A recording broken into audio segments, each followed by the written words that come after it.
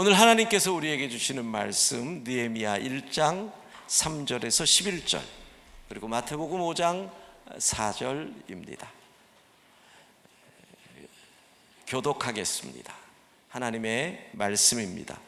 그들이 내게 이르되 사로잡힘을 면하고 남아있는 자들이 그 지방 거기에서 큰 환난을 당하고 능욕을 받으며 예루살렘 성은 허물어지고 성문들은 불탔다 하는지라. 내가 이 말을 듣고 앉아서 울고 수일 동안 슬퍼하며 하늘의 하나님 앞에 금식하며 기도하여 이르되 하늘의 하나님 여호와 크고 두려우신 하나님이여 주를 사랑하고 주의 계명을 지키는 자에게 언약을 지키시며 긍휼을 베푸시는 주여 간구하나이다. 이제 종이 주의 종들인 이스라엘 자손을 위하여 죄하려 기도하오며 우리 이스라엘 자손이 주께 범죄한 죄들을 자복하오니 주는 귀를 기울이시며 눈을 여시사 종의 기도를 들으시옵소서. 나와 내 아버지의 집이 범죄하여 주를 향하여 크게 악을 행하며 주께서 주의 종 모세에게 명령하신 계명과 율례와 규례를 지키지 아니하였나이다. 옛적에 주께서 주의 종 모세에게 명령하여 이르시되 만일 너희가 범죄하면 내가 너희를 여러 나라 가운데에 흩을 것이요 만일 내게로 돌아와 내 계명을 지켜 행하면 너희 쫓긴 자가 하늘 끝에 있을지라도 내가 거기서부터 그들을 모아 내 이름을 두려고 택한 곳에 돌아오게 하리라 하신 말씀을 이제 청하건대 기억하옵소서. 이들은 주께서 일찍이 큰 권능과 강한 손으로 구속하신 주의 종들이요 주의 백성이니이다. 함께 읽습니다.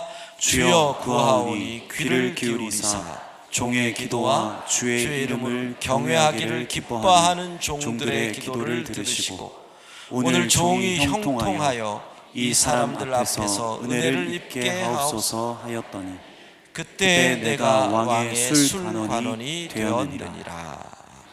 마태복음 5장 4절 말씀 같이 읽겠습니다. 애통하는 자는 복이 있나니 그들이 위로를 받을 것이며. 아멘.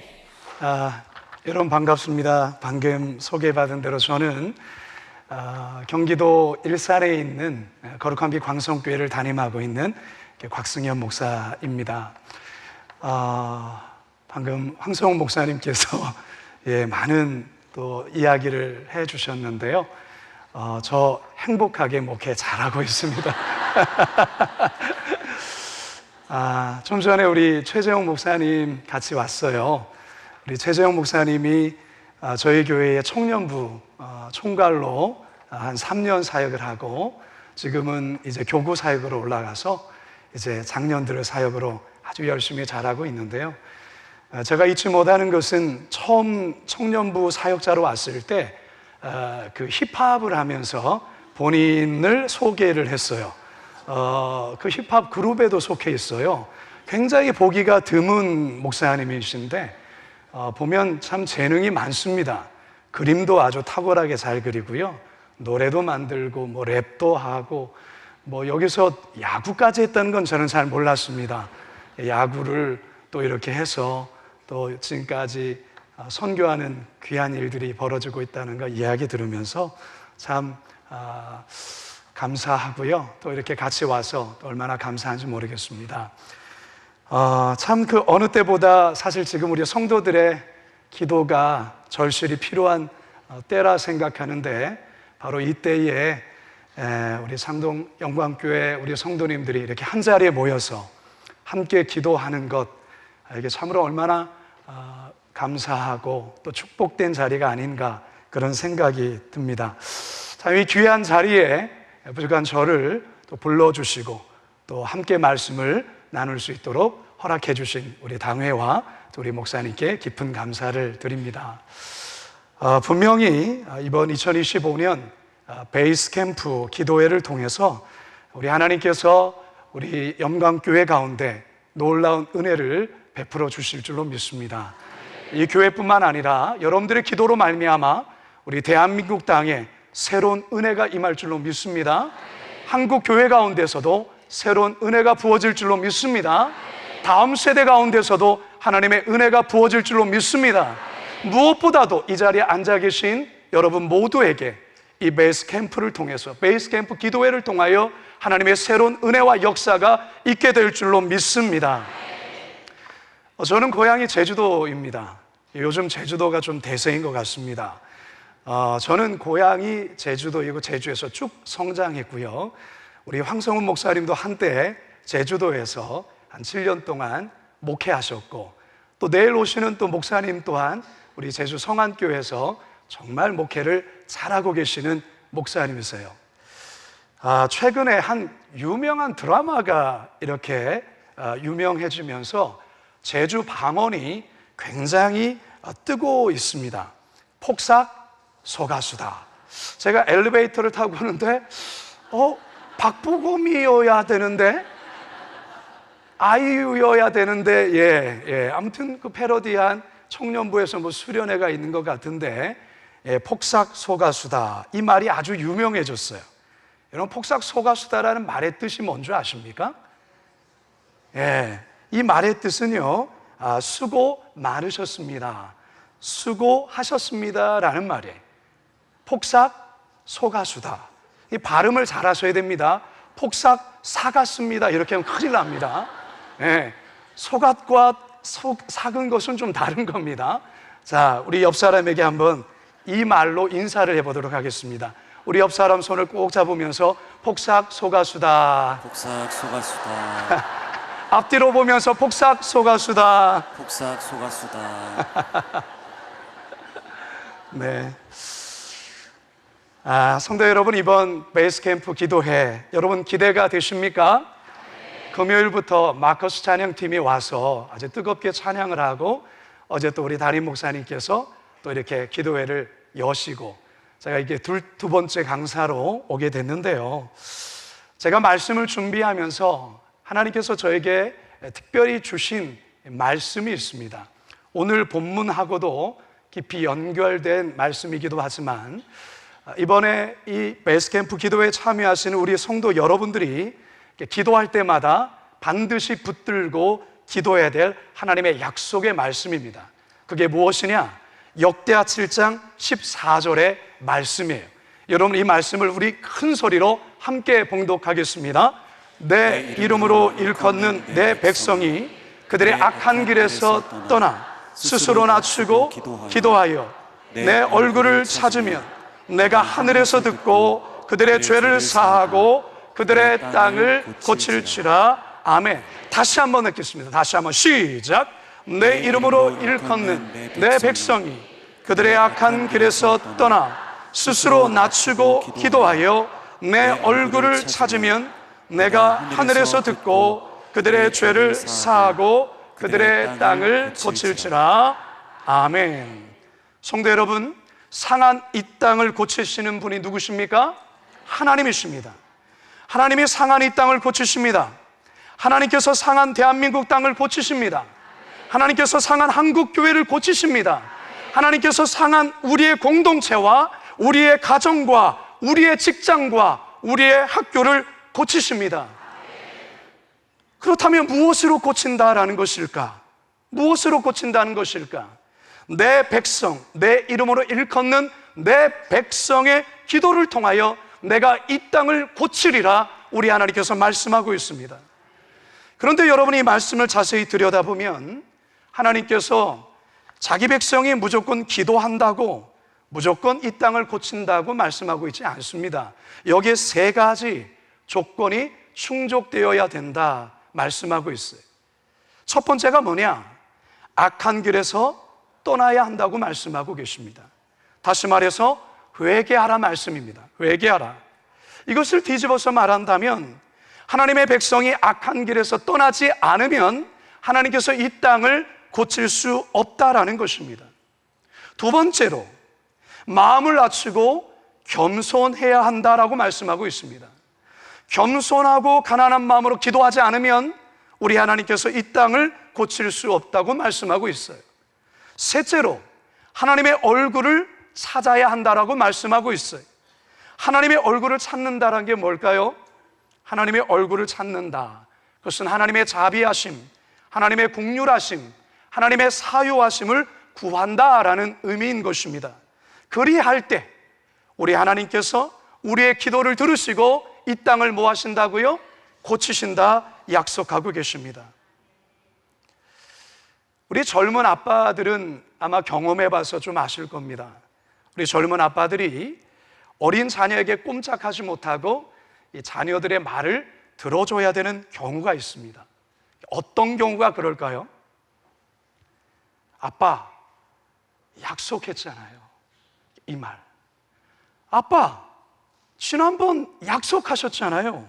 이 말을 자녀가 하게 되면 아빠는 그랬지, 내가 약속했지.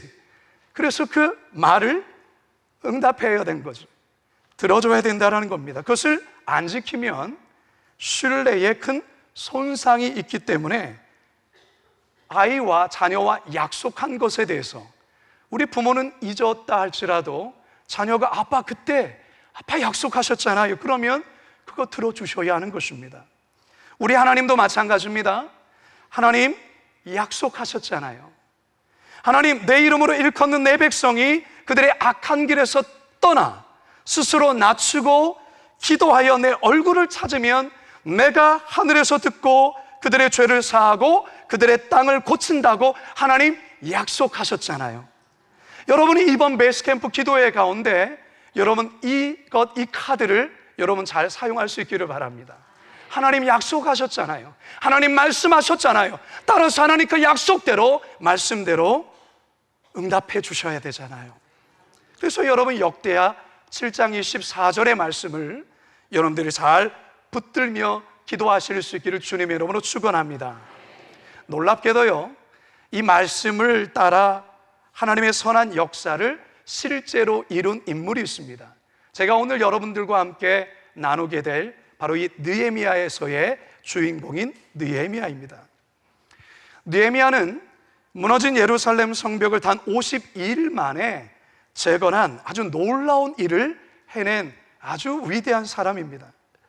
그가 어떻게 이 일을 해냈는가? 우리가 이 느헤미야서를 이제 관찰을 해보면 그에게 어떤 탁월한 리더십의 그런 부분도 있고, 그가 어떤 일을 추진하는 데 있어서의 어떤 강력한 추진력도 있지만, 이 모든 배후에 바로 그의 간절한 기도가 그 모든 일들을 이룬 것을 우리는 확인할 수가 있습니다. 무엇보다도 오늘 본문에서의 느헤미야의 애통하는 기도, 이 애통하는 기도가 하나님의 선한 역사를 이루는데 가장 결정적인 역할을 했다라는 사실입니다. 바라기는 우리 영광교회 성도 여러분들, 저는 오늘 이 말씀을 통해서 여러분 모두가 살아계신 하나님의 말씀 속에 하나님을 만날 수 있기를 축원합니다. 느헤미야처럼 애통하는 기도를 통하여서 하나님의 선하시고 위대하신 그 역사를 우리 목사님과 함께, 우리 장로님들과 함께, 우리 모든 성도들이 함께 이루어가시길 주님의 이름으로 축원합니다. 제가 이제 말씀을 준비하면서 갑자기 저희 마음 가운데 감동이 된 찬양이 있습니다. 저는 우리 교회에서 찬양을 자주 부릅니다. 말씀을 전하다가도 우리 함께 성도들과 찬양을 많이 하는데요, 이 찬양이 저희 마음에, 저희 안에 감동으로 왔어요. 여러분, 이제 역전되리라라는 찬양 아십니까? 네, 우리 이 찬양 우리 함께 오늘의 말씀을 기대하면서 같이 한번 찬양합시다. 기도를 멈추지 마라. 기도를 멈추지 마라. 눈앞의 상황이 마음을 눌러도 원망치 마라. 원망치 마라. 너의 입을 지켜라. 저들은 너의 입을 보고 있다. 마음을 뺏기지 마라. 마음을 뺏기지 마라. 내가 널 도우지 않는단 소리에 너의 모든 게 불리해도 너는 기도를 계속해라. 너 기도를 멈추지 마라. 내가 너의 그 모든 상황을 바로 역전시키리니. 너 기도를 멈추지 마라. 내가 잠시도 쉬지 않고 모든 걸 지켜보고 있으니 바로 역전되리라. 너 기도를 멈추지 마라. 내가 너의 그 모든 상황을 바로 역전시키리. 너 기도를 멈추지 마라.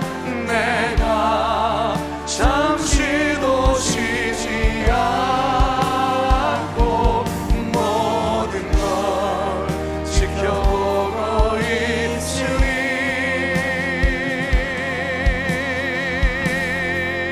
바로 역전되리라.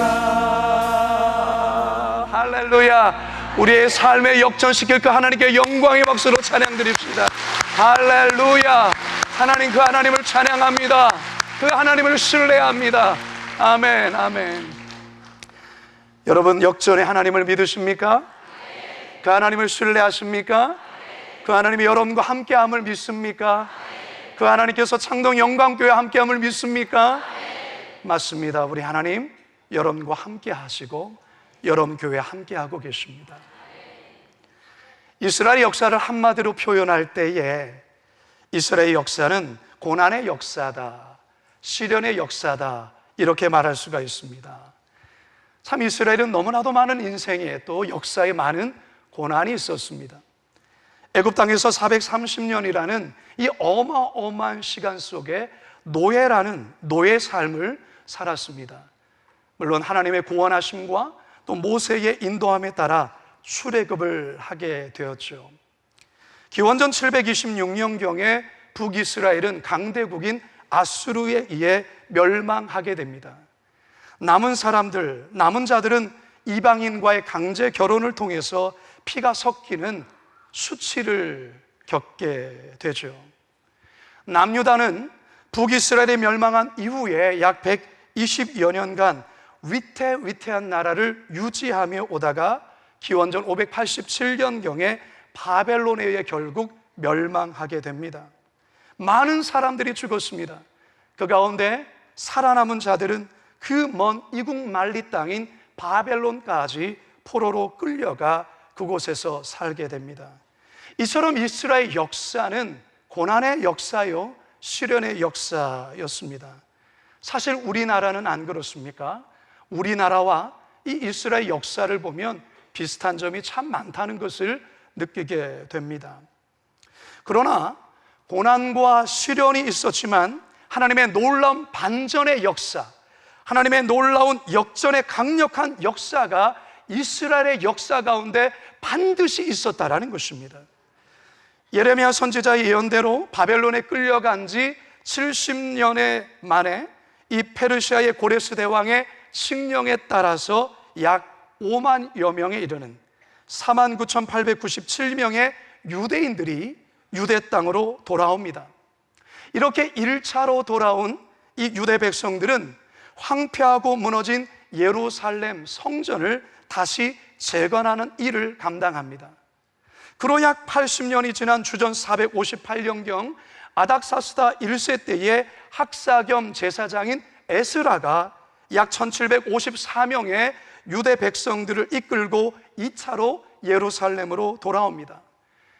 에스라는 신앙개혁과 철저한 율법 교육을 행하면서 그 백성들의 정체성을 하나님의 자녀며 하나님의 백성이라는 그 정체성을 넣어줬습니다. 그리고 13년이 흐른 어느 날 총독 느헤미야에 의해서 3차 귀환이 이루어지고 무너진 예루살렘 성벽을 52일 만에 재건하는 놀라운 일을 행합니다. 물론 이 모든 과정은 결코 쉽지 않았습니다. 결코 쉽지 않았어요. 당시 페르시아 수상궁에서 예루살렘까지 거리는 약 1400에서 1600km 정도의 거리였습니다. 걸어서 올 경우에 4개월이나 걸렸다는 것이죠. 이처럼 예루살렘까지 오는 것도 쉽지 않았을 뿐더러 특별히 이 느헤미야가 52일 만에 예루살렘의 성벽을 재건한다는 것은 그야말로 더 어려운 일이었어요. 정말 쉽지 않은 일이었습니다. 방금 전에 우리 황 목사님께서 이제 목회에 대한 부분을 잠깐 말씀해 주셨는데요. 사실 목회를 생각해 볼 때 목회라는 게 참 쉽지 않다라는 것을 매년마다 느끼게 됩니다. 물론 하나님의 선한 도우심과 그리고 하나님의 은혜에 의해서 목회를 합니다. 하지만 쉽지 않습니다. 언제 무슨 일이 일어날지, 어떤 상황이 펼쳐질지 전혀 예측이 되지 않는 게 사실 목회입니다. 저는 올해로 거룩한 빛 광성교회에 부임한 지 7년이 되었습니다. 2018년 12월에 지금 현재 교회에 부임을 하고 2019년 1년 동안 우리 전임 목사님이신 정성진 목사님과 동사의 시간을 가졌습니다. 그리고 2019년 11월에 제가 위임을 받았습니다. 위임 목사가 된 거죠. 그리고 2020년 새해를 앞두고 송구 영신 예배를 이 고양슬레 체육관에서 약 5,000명 정도의 우리의 성도들이 함께 모여서 아주 축제적인 분위기 속에 이제 카운트다운에 들어가서 5, 4, 3 뭐 이런 거 다 하지 않습니까? 그러면서 2020년 1월 1일을 맞이했습니다. 얼마나 가슴이 뛰고 감개가 무량했는지 몰라요. 우리 모든 성도들도 그랬고 저도 그랬고요. 일기에 우리 정성진 목사님께서 교회를 잘 건강하게 성장한 이 일기에서 이제 2기의 광성교회로 이제 출범하는 바로 그 첫날이기 때문에, 첫 해기 때문에 우리 모든 성도는 기쁨에 겨워했습니다. 그렇게 이제 제가 거룩한 빛 광성교회에서 첫 목회가 시작되었습니다. 그런데 연초부터 뉴스에서 자꾸 이상한 소식이 이렇게 들려와요. 무슨 중국 우한에서 무슨 바이러스가 번지는데 이 확산 속도가 매우 빠르다는 겁니다. 뭐 이렇게 치사율도 높다라는 거예요. 뭐 그런 불길한 뉴스가 들리지만 아유, 저 중국에 대한 얘기니까 뭐 우리나라랑 상관 있나? 뭐 이런 생각을 했어요. 근데 이게 점점 남의 이야기가 아닌 우리나라 이야기로 들리기 시작하는 겁니다. 여러분 교회는 어땠는지 모르겠습니다만 대부분 많은 교회와 목사님들이 우왕좌왕했어요. 왜냐하면 한 번도 겪어보지 못한 뭐 이렇게 거리두기. 여러분 마스크 안 쓰니까 여러분 행복하시죠? 여러분 우리 다 잊어버렸어요. 언제 마스크 썼지 막 이런. 여러분 우리 마스크 벗은 지 얼마 안 돼요. 근데 그런 이 대부분의 목회자들이나 교회들이 이 상황에서 우왕좌왕했어요. 2020년 저희가 그때 이제 사순절이 2월 마지막 제 수요일 날 제2수요일가 2월 마지막 수요일 날이 이제 사순절이 시작하는 날인데 그 마지막 2월 마지막 주간의 월요일 저희 교회가 운영하는 학교가 있습니다. 저희 교회에서 유치원, 초등학교, 중학교, 고등학교를 운영하는데요. 학교로부터 다급한 전화가 걸려왔어요. 목사님, 확실하지는 않지만 아무래도 우리 학교 유치원 선생님이 코로나에 감염이 된 것 같습니다. 오후 6시에 그 결과가 정확히 나오는데 지금 학교는 긴장하고 기다리고 있습니다. 이렇게 이런 전화가 온 거예요. 여러분, 그 당시에 코로나가 초창기 때는 번호가 매겨진 거 아십니까? 몇 번 이런 게 뭐 이렇게 번호가 정해졌어요. 번호가 붙여졌어요. 그리고 뉴스에도 나왔어요. 뉴스에 보도가 되고, 그러면 그 모든 동선이 폐쇄 조치가 이루어지는 이런 일들이 벌어졌어요. 제가 그 전화를 받고 앞이 캄캄했어요. 내일 모레 당장 사순절이 시작하는, 그래서 교회적으로 여러 행사들이 준비가 되고 있었거든요. 아니, 이 상황에서 어떻게 목회를 해야 되는가? 만일에 양성이 나와서 이 교회 문을 닫고 이 모든 동선을 폐쇄한다면 내가 어떻게 해야 되지? 이 겁이 덜컥 나는 거예요. 그러면서 제 마음에, 저 마음 깊은 곳에서 약간 이 불평이 일어나는 거예요. 아니, 하나님, 아니, 목회를 제대로 1년이라도 해보고 성도의 얼굴을 좀 익히기라도 한 후에, 아니, 코로나가 오면 뭐가 덧납니까? 아니, 지금 이러면 저보고 목회를 하라는 겁니까? 말라는 겁니까? 제가 목회를 어떻게 합니까? 이런 섭섭한 마음이 제 마음에서 이렇게 올라오는 겁니다. 6시가 되니까 학교에서 전화가 왔어요. 목사님, 다행히 양성이 아니에요. 음성이래요. 그래가지고 그날 사실 우리 전 교육자들이 비상사태로, 만약에 이 양성이 돼주면 이제 그 밤에 회의에서 이거 어떻게 하나, 그거 막 했다가 우리 교육자들도 다 긴장하고 있다가 6시에 그 통보받고 이게 소고기 사주고 이렇게 돌려 보냈어요. 그래서 하루 종일 긴장하고 걱정했거든요. 돌려보내고. 그런데 한숨은 돌렸지만 이제 점점 확산되어질 이 조짐이 일어나고 있었기 때문에 당장 내일 모레 사순절 행사 어떻게 해야 될까? 너무 걱정이 된 거예요. 정말 캄캄했어요. 그날 너무 하루 종일 긴장했었기 때문에 학교로부터 음성 진단 결과의 소식을 듣고 저랑 제 아내가 목양실이 4층에 있는데요, 목양실 4층 소파에 다리가 풀리면서 그냥 풀썩 주저앉게 됐습니다. 근데 저의 마음속에 갑자기 하나님께서 기도할 것에 대한 아주 강력한 마음을 저에게 일으키셨어요. 그래서 저희 아내와 제가 그 목양실 그 소파에 앉아서 기타를 치면서 찬양하면서 기도하기 시작했습니다. 그런데 강력한 하나님의 폭포수와 같은 은혜가 임하기 시작했어요. 그런데 제 마음속에 성령께서 무엇을 터치하시냐면 회개하라는 마음을 저에게 주셨어요. 회개하라. 깊은 회개가 제 마음 깊은 곳에서 터져 나왔습니다. 그 회개의 내용은 뭐냐면 그동안 제가 교만했다라는 것을 하나님께서 지적하셨어요.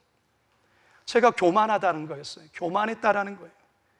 위임 목사가 되어서 열정을 갖고 목회한다고 하면서 모든 것을 내 힘으로 하려고 하지 않았냐. 내 힘으로 목회하려고 했던 부분들을 하나님께서 기억나게 해주시는데요, 그거 회개하라는 거예요. 그거 교만이라는 것을 저에게 말씀해 주셨어요. 그게 교만이라는 거예요. 눈에 보이지 않은 그 작은 바이러스 앞에서도 벌벌 떨고 두려워하면서도 하나님을 두려워하지 않는 기고만장하게 그랬던 모습을 보여주시면서 그 죄를 회개케 하셨어요. 하나님, 잘못했습니다. 하나님, 제가 잘못했습니다. 제가 잘나서 목회하는 줄 알았습니다. 제가 잘나서 위임 목사가 된 줄 알았습니다. 그게 아니었습니다. 하나님, 제가 교만했습니다. 눈물, 콧물, 범벅이 되면서 애통하면서 통곡하는 기도가 오랫동안 터져나왔어요. 저희 아내는 저희 아내대로 회개하면서 정말 오랜만에 하나님 앞에서 저의 죄를 붙들고 하나님 앞에 애통하며 기도했습니다. 사랑하는 여러분, 우리는 평소에 자신이 얼마나 자신이 교만한 자인지, 얼마나 자신이 자만하며 사는지 잘 모르며 삽니다. 나 정도면 이 정도면 좀 괜찮은 신앙생활하는 거 아닌가? 스스로를 그러한 마음을 갖고 살아요. 나름 교회에서 이런저런 봉사도 많이 하고 헌금도 잘 내고 교회에서 안수집사요, 권사며 그리고 장로라는 직분이면 뭐 나 정도 좀 괜찮은 신앙인 아닌가? 스스로 그렇게 생각을 하는 거죠. 그러다가 여러분, 언제 내 안에 이런 교만함을, 꿈틀대고 있는 교만함을 직면하게 될까요? 바로 고난 앞에서인 거예요. 고난. 전혀 예상하지 못했던 인생의 고난 앞에 서게 되면 그것이 때로는 크나큰 어떤 질병을 통해서든, 때로는 자녀의 어떤 어려움과 방황을 통해서든, 갑작스러운 재정적인 어려움을 통해서든, 어떤 회사의 어려움을 우리가 겪게 되어지면, 인생의 그 큰 풍랑 가운데 있으면 내 자신이 그동안 얼마나 교만하게 살았는가라는 것을 알게 되는 거예요. 내가 정말 교만했던 자였구나. 내가 정말 자만했구나. 나는 그래도 믿음이 괜찮은 자라 생각했는데 정말 형편없는 자였구나. 그것을 깨닫게 된다는 거예요. 하나님이 도와주지 아니하시면, 아니 지금까지 살아왔던 그 모든 것이 하나님의 은혜며 하나님의 도우심으로 말미암아 내가 이 자리까지 왔는데, 마치 내가 잘나서, 마치 내가 그것을 당연히 받을 만해서 되어진 것처럼 스스로 착각하면서 그렇게 나름 괜찮은 척 젠틀한 모습으로 살아왔다라는 것이죠. 그러나 인생의 고난 앞에 직면하게 되어질 때 이것이 하나님의 도우심으로, 그래서 단 한순간도 하나님의 은혜가 아니면 나는 살아갈 수 없는 존재라는 것을 크게 깨닫게 된다는 거예요. 오늘 우리가 본문에서 대하는 이 느헤미야 또한도 마찬가지였어요. 그는 지금 페르시아 땅 가운데서 나름 고위 관리로 나름 잘 살고 있어요. 그런데 먼 고국 땅에 돌아간 백성들이 대적자로부터 너무나도 많은 환난과 어려움을 겪고 있고, 무엇보다도 예루살렘의 성벽이 무너지고 성문이 불탔다는 그 소식 앞에 이 느헤미야는 자신이 아무것도 할 수 없는, 지금 이 자리에서 아무것도 할 수 없는 그런 자신의 무능함에 대한 부분을 직면하면서 그는 한없이 애통하며 하나님 앞에 울며 깊은 기도로 나아가고 있다는 거예요. 본문 3절과 4절을 같이 한번 읽도록 합니다. 시작. 그들이 내게 이르되 사로잡힘을 면하고 남아있는 자들이 그 지방 거기에서 큰 환난을 당하고 능욕을 받으며 예루살렘 성은 허물어지고 성문들은 불탔다 하는지라. 내가 이 말을 듣고 앉아서 울고 수일 동안 슬퍼하며 하늘의 하나님 앞에 금식하며 기도하여. 내가 이 말을 듣고 앉아서 울고 수일 동안 슬퍼하며. 근데 성도 여러분, 그거 아십니까? 하나님의 역사는 언제 시작될까요? 하나님의 역사, 나는 아무것도 할 수 없습니다라고 마음을 다하여서 애통하며 하나님 앞에 처절히 부르짖는 그 순간부터 하나님은 역사하신다는 사실입니다. 어쩌면 하나님은 저와 여러분들이 이 사실을 깊이 깨닫고 고백하는 그 순간을 기다리고 있는지도 몰라요. 그 깊은 절망 속에서 우리의 심령이 한없이 가난해지고 애통하며 기도할 그때 하나님은 일하기 시작하시는 겁니다. 느헤미야는 처절하게 애통하며 현재 자신이 아무것도 할 수 없음에 대한 그 무능력함을 깊이 느낌과 동시에 그는 이제 이 모든 것을 바꿀 수 있는 유일한 분이 하나님이라는 사실을 인정하며 느헤미야는 하나님 앞에 기도하기 시작합니다.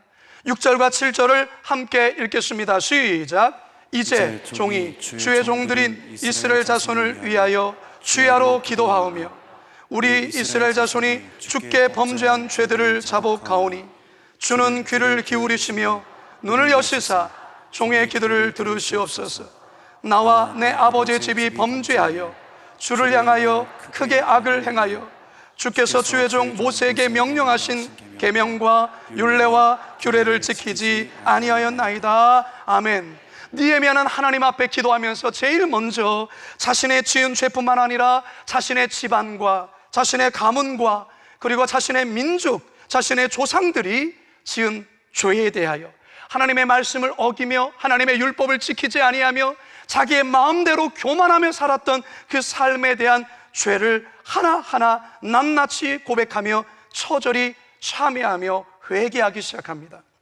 사랑하는 여러분, 사랑하는 창동 영광교회 성도 여러분, 저는 이 밤에 여러분들의 기도 가운데 이 기도가 회복되기를 주님의 이름으로 축원합니다. 이 기도란 어떤 기도입니까? 하나님 앞에서 마음을 찢으며 애통하며 하나님 앞에 기도하는 그 기도를 말하는 것입니다.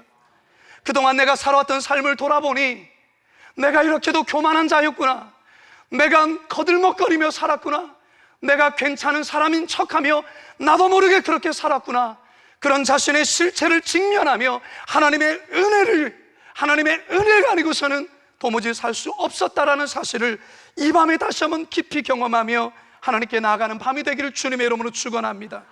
시편 51편 17절에 이러한 말씀이 쓰여 있습니다. 함께 읽습니다. 시작.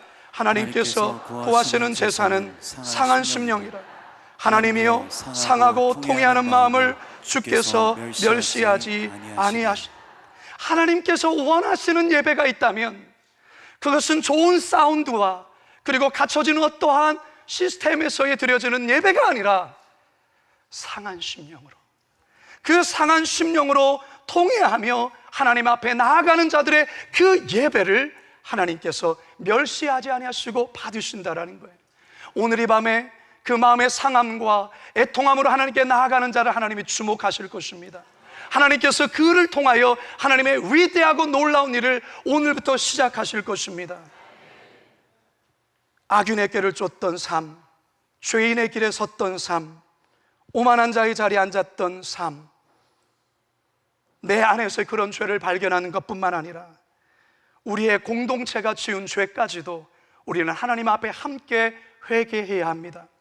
가정 공동체가, 교회 공동체가, 이 민족 공동체가 그 지은 죄를 마치 내가 지은 것처럼, 내가 하나님 앞에 범죄한 것처럼 하나님 앞에 애통함을 가지고 하나님께 나아갈 때에 우리 하나님께서 이 밤에 그 애통함을 들으시고 그 애통하는 자의 그 기도를 받으시고 하늘의 위로와 회복을 주실 것입니다. 예수님께서는 애통하는 자가 복된 자라고 말씀하셨어요. 하나님 앞에 애통하며 나가는 자를 복된 자라 말씀하시며 하늘의 위로가 그에게 부어질 것이라 약속하고 계십니다. 마태복음 5장 4절입니다. 시작. 애통하는 자는 복이 있나니 그들이 위로를 받을 것입니다. 우리 아버지 시대, 우리 어머니 시대를 생각을 해보면 우리 부모님 시대의 기도에는 항상 이 애통함이 있었어요. 예배 때마다, 부흥회 때마다, 그리고 산상 기도회 때마다 그들은 하나님 앞에 애통함으로 밤을 새며 기도하며 하나님께 나아갔어요. 자신이 지은 죄에 대하여 애통할 뿐만 아니라 이 나라와 이 민족의 그 처절한 이 죄악에 대한 부분을 자신의 죄로 끌어안고 아파하며 애통하며 하나님 앞에 밤을 새워 철회하며 기도했다라는 것입니다. 그들이 하나님 앞에 애통하며 기도할 때에 항상 불렀던 찬송가가 있어요. 저는 어렸을 때에 저희 어머님의 손에 붙들려서 기도원에 가면 이 찬양은 항상 있어요. 이 찬양이 어떤 찬양이냐?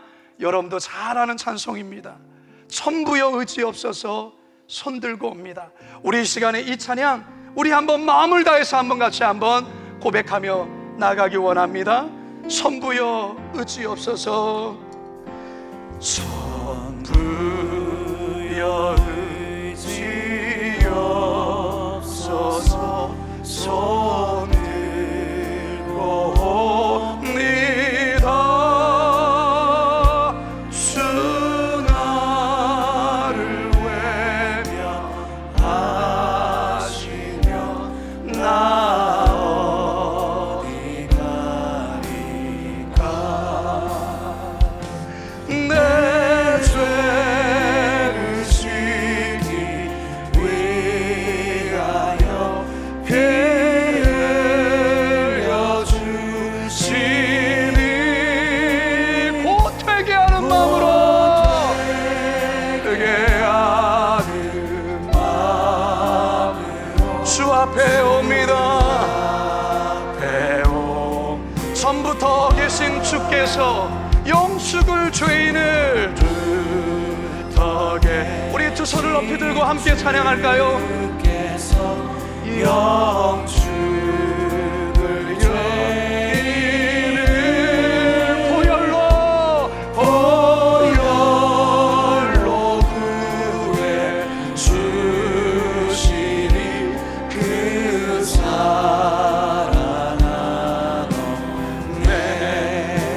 내 죄를 씻기 위하여 흘려주시니 회개하는 마음으로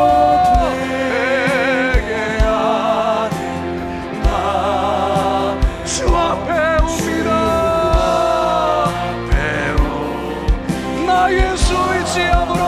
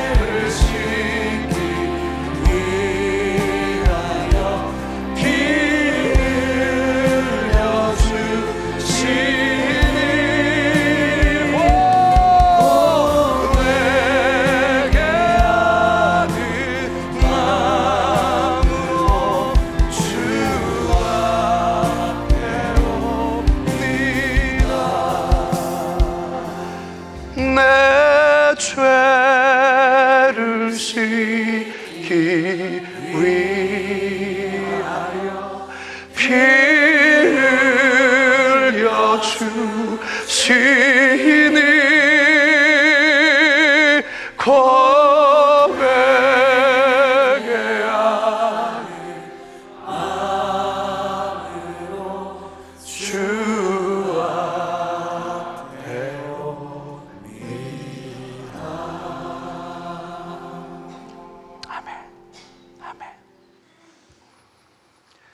저는 전형적인 기독교 집안에서 태어난 아들입니다. 지금 화면에 보여드리는 저 사진은 저희 가족 사진인데요. 저희 어머니 품에 안겨인 2살짜리 저 막내 아들이 바로 저입니다. 저희 어머니는 처녀 쪽에 해녀를 하셨습니다. 여러분 폭삭소가수다라는 그 드라마를 보면 사실 그 드라마의 많은 내용이 저희 어머니와 관련된 내용이에요. 저희 어머니 또한도 해녀 일을 하셨어요.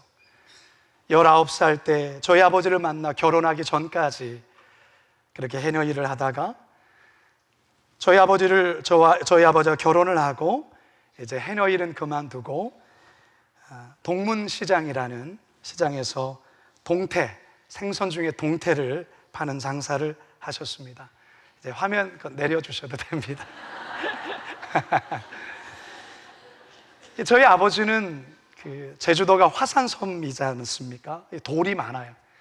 저희 아버지는 그 연장으로 돌을 깨뜨리고 또 깨고 깨서 이만큼만 돌로 이렇게 다듬어서 이렇게 담을 쌓는, 돌담을 쌓는, 여러분 제주도 가시면 돌담길 있지 않습니까?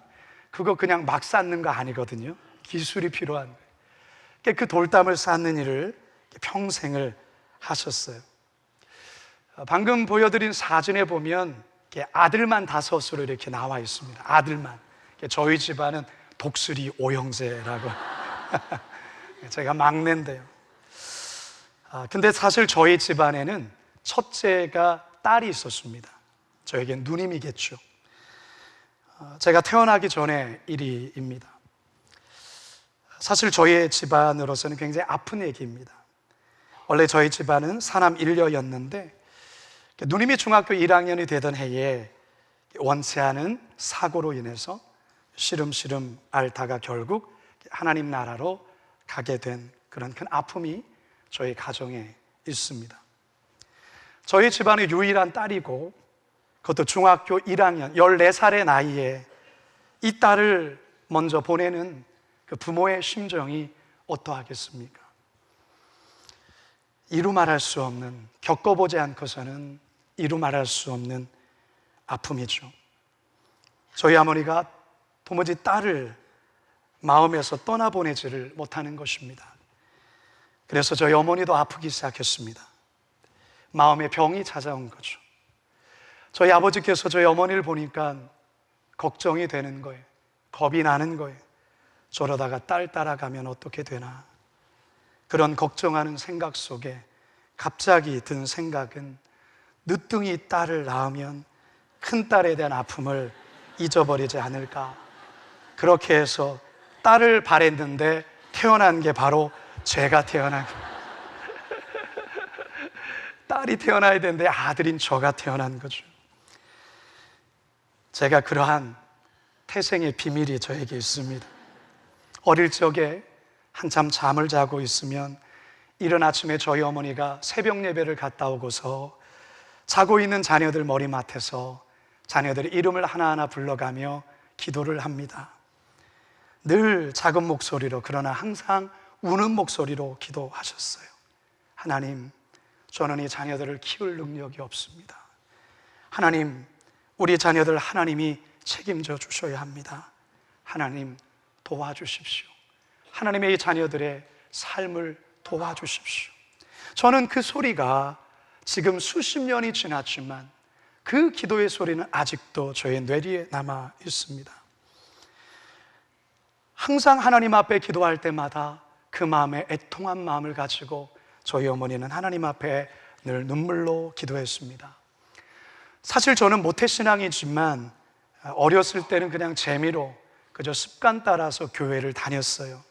그러다가 제가 인격적으로 주님을 만났던 때는 고1, 17살 고1 겨울 때였습니다. 눈이 참 많이 내렸던 겨울이었는데 예수전도단이라는 선교단체에서 제주에 아울리치를 오셨는데 그들의 어떤 그 신앙 캠프를 열으셨어요. 그때 제가 우연히 참여를 하게 됐는데 3일째 되던 밤에 하나님께서 저를 찾아와 주셨어요. 제가 지금껏 살아오면서 지었던 죄가 그렇게도 많은지 저는 몰랐어요. 제가 살아온 날이 그렇게 긴 것도 아닌데, 그런데 하나님께서 하나하나 저에게 보여주시고 깨닫게 해주시는데, 제가 어렸을 때에 저희 아버지가 어디 밖을 다녀오시고 집에 오시면 바지를 벗으시고 이제 씻으러 가시면서 그 바지를 벽에 이렇게 거셨단 말이죠. 그럼 제가 아버지 눈치 이렇게 보다가 이렇게 살금살금 다가가서 호주머니를 톡톡 치면은 이렇게 동전 소리가 쨍그랑쨍그랑 나면 그거 다 이렇게 하면은 이제 표가 나니까 그 중에서 한 몇 개만 이렇게 훔쳐서 제가 구멍가게 가서 이렇게 사 먹었거든요. 저는 그걸 죄라고 생각해 보지를 않았었어요. 그런데 하나님께서 저에게 저의 죄를 하나 둘 보여주시는데 그 죄라는 거예요. 그 죄라고 알려주시는데 그 하나님의 그 엄중한 말씀 앞에서 제가 얼마나 회개하기 시작했는지 몰라요. 근데 회개하면 또 생각나고 회개하면 잊었던 게 또 생각이 나고, 정말 그렇게 저는 인생에서 그렇게 오랫동안 기도해 본 적이 없었는데 정말 기도를 뜨겁게 했어요.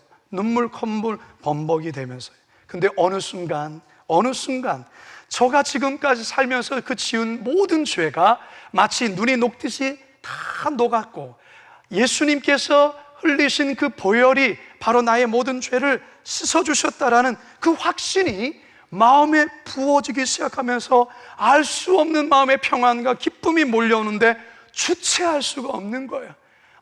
나도 구원받았다, 나도 하나님의 자녀가 되었다라는 그런 감격의 눈물이 터져 나오기 시작하는데요, 너무나도 감사해서 울고 또 울고 또 울고 기도했어요. 그래서 이제 눈을 떠서 이제 숙소로 가야지 해서 눈을 떴는데 아무도 없어요. 주변에 보니까 몇 시간이 지났죠. 2시간 막 3시간이 지난 거예요. 다 숙소로 가서 자고 있는데 저 혼자 거기서 그렇게 기도를 하고 있었던 거죠. 예배실 밖으로 나오는데 하늘에서 한방눈이 펑펑 쏟아지는데 그 눈은 마치 저에게, 승현아, 너의 새롭게 태어난 것을 축하한다, 그렇게 하늘에서 천사들이 하얀 꽃가루를 저에게 뿌려주는 것 같은 그런 놀라운 기쁨이 저에게 임하게 된 것입니다. 저는 그 이후로 저의 삶이 변하였고, 저의 삶을 어떻게 하면 하나님께 드리는 삶이 될 수 있을까 기도하는 가운데 하나님께서 목회자의 소명을 주셨고, 그 소명 따라 오늘 이 자리까지 오게 되었습니다. 사랑하는 여러분, 여러분은 언제 하나님을 인격적으로 만나셨습니까? 여러분 언제 깊은 회개를 체험하셨습니까? 눈물로 애통하며 자신의 죄를 참회하며 고백했던 적이 언제이십니까? 저는 오늘 이 밤에 여러분들 각자만의 그 애통의 기도가 회복되기를 주님의 이름으로 축원합니다. 사실 지금 우리는 자신의 죄에 대한 회개도 회개이지만 이 나라와 민족이 지은 죄는 더 크고 중하다 생각합니다. 어쩌면 우리는 이 죄에 대해 애통하며 기도해야 되는 것이죠. 더불어서 한국교회가 지은 죄에 대해서도 우리는 애통하며 기도해야 됩니다. 언제부턴가 한국교회 안에 성도들 안에 애통하며 죄에 대해서 회개하는 기도가 점점 심의해졌다는 것을 느껴요. 세상 속에서 거룩하게 살아가는 삶도 점점 퇴색되어 버리고 있어요. 교회는 가난하고 소외된 자들의 편에 서야 되는데 부유한 자들과 그리고 권력에 타협하며 영합하며 살아가는 모습들이 한국교회 안에서 보여진다는 것이죠. 기독교의 신뢰도는 바닥을 치고 있고 다음 세대는 미전도 종족으로 변해버릴 정도로 너무나도 예수 믿는 비율이 적어졌고, 각종 교회의 비리와 목회자의 타락과 물질 만능주의가 교회 안에 고스란히 들어오고 있고, 가난한 교인들은 점점 증가하고 있고, 오히려 이단들은 더 득세하고 확장되어지는 이 상황이 오늘날 이 한국교회가 직면하고 있는 이 상황이라는 것이죠. 오늘날 한국교회 안에 성령의 깊은 만지심과 깊은 회개의 역사가, 애통함의 회개의 역사가 있게 되기를 주님의 이름으로 축원합니다. 우리가 그 애통함으로 나갈 때 우리 하나님 우리를 불쌍히 여기시고 우리를 긍휼히 여기시고 우리의 기도를 반드시 들으시고 이 땅을 고쳐주신다 약속하셨습니다. 호세아서 6장 1절과 2절의 말씀을 함께 읽습니다. 시작. 오라 우리가 여호와께로 돌아가자. 여호와께서 우리를 찢으셨으나 도로낫게 하실 것이요 우리를 찢으셨으나 싸매어 주실 것임이라. 여호와께서 이틀 후에 우리를 살리시며 셋째 날에 우리를 일으키시리니 우리가 그의 앞에서 살리라. 아멘. 1970년대 초반 어느 외국의 저명한 신학자가 그리스도에 의한 몸부림이란 책에서 우리 한국교회가 갖고 있는 그 저력, 한국교회가 갖고 있는 아주 특징에 대한 5가지 이야기를 이렇게 했어요. 한국교회의 5대 특징. 첫째, 하나님을 예배하기 위하여 모이는 열심. 둘째, 하나님의 말씀을 사모하는 성경 공부. 셋째, 이웃의 영혼을 불쌍히 여기며 찾아가는 전도의 열심. 넷째, 세계의 어느 교회도 모방할 수 없는 기도의 열정. 다섯째, 외국에서는 좀처럼 보기 드문 11조 생활. 여러분, 이것이 바로 우리 아버지 세대와 우리 어머니 세대가 가졌던 훌륭한 신앙의 유산이라는 것입니다. 세계의 어느 교회도 모방할 수 없는 그 기도의 열정, 이게 바로 한국교회의 성장의 비결이요 부흥의 원동력이라는 것을 믿으시기 바랍니다. 우리 하나님께서 하나님 앞에 깊이 애통하며 기도했더니 느헤미야의 기도를 하나님이 받으시고 응답하십니다. 그래서 느헤미야가 무너진 예루살렘 성벽을 재건할 수 있는 길을 열어주셨습니다. 그것이 오늘 마지막 11절의 말씀입니다. 우리 큰 소리로 함께 읽습니다. 시작. 주여 구하오니 귀를 기울이사 종의 기도와 주의 이름을 경외하기를 기뻐하는 종들의 기도를 들으시고 오늘 종이 형통하여 이 사람 앞에서 은혜를 입게 하옵소서 하였나니 그때에 내가 왕의 술관원이 되었느니라. 아멘. 하나님께서 이제 느헤미야를 통하여서 이 무너진 예루살렘 성벽을 재건할 그 길을 이제 여시기 시작하신 겁니다. 저는 오늘 이 밤이 우리 여러분의 교회가, 창동 영감교회가 전진이란 주제를 가지고서 이제 홍해를 가르고 새로운 예배당의 그 새로운 프로젝트를 가지고 나감에 있어서 바로 이 밤이 그 길이 열리는 바로 그날이 되기를 주님의 이름으로 축원합니다. 믿음이 여러분 가운데서 열려드는 역사가 있기를 원합니다. 물질의 역사가 있기를 원합니다. 하나님의 놀라운 기가 막힌 역사가 느헤미야의 삶 가운데 열렸던 것처럼 오늘 저와 여러분의 삶 가운데 열리길 주님의 이름으로 축원합니다. 여러분, 하나님께서는 우리의 기도를 기다리고 계십니다. 역대하 7장 14절에 이 말씀을 가지고 주 앞에 나오는 자를 기다린다라는 것입니다. 사랑하는 여러분, 이 말씀을 여러분 기억하십시다. 여러분이 이 말씀을 붙잡고 이 밤에 기도하시기 바랍니다. 우리 하나님께서 꼼짝 못하는 게 뭔지 아십니까? 하나님 말씀하셨잖아요. 하나님 약속하셨잖아요. 여러분이 역대하 7장 14절의 말씀이 오늘 저와 여러분들이 하나님께 기도하며 나아갈 때에 하나님 말씀하셨잖아요. 내 이름을 일컫는 내 백성이 그들의 악한 길을 떠나 스스로 낮추고 기도하여 내 얼굴을 찾으면 내가 하늘에서 듣고 그들의 죄를 사하고 그들의 땅을 고친다고 약속하셨잖아요.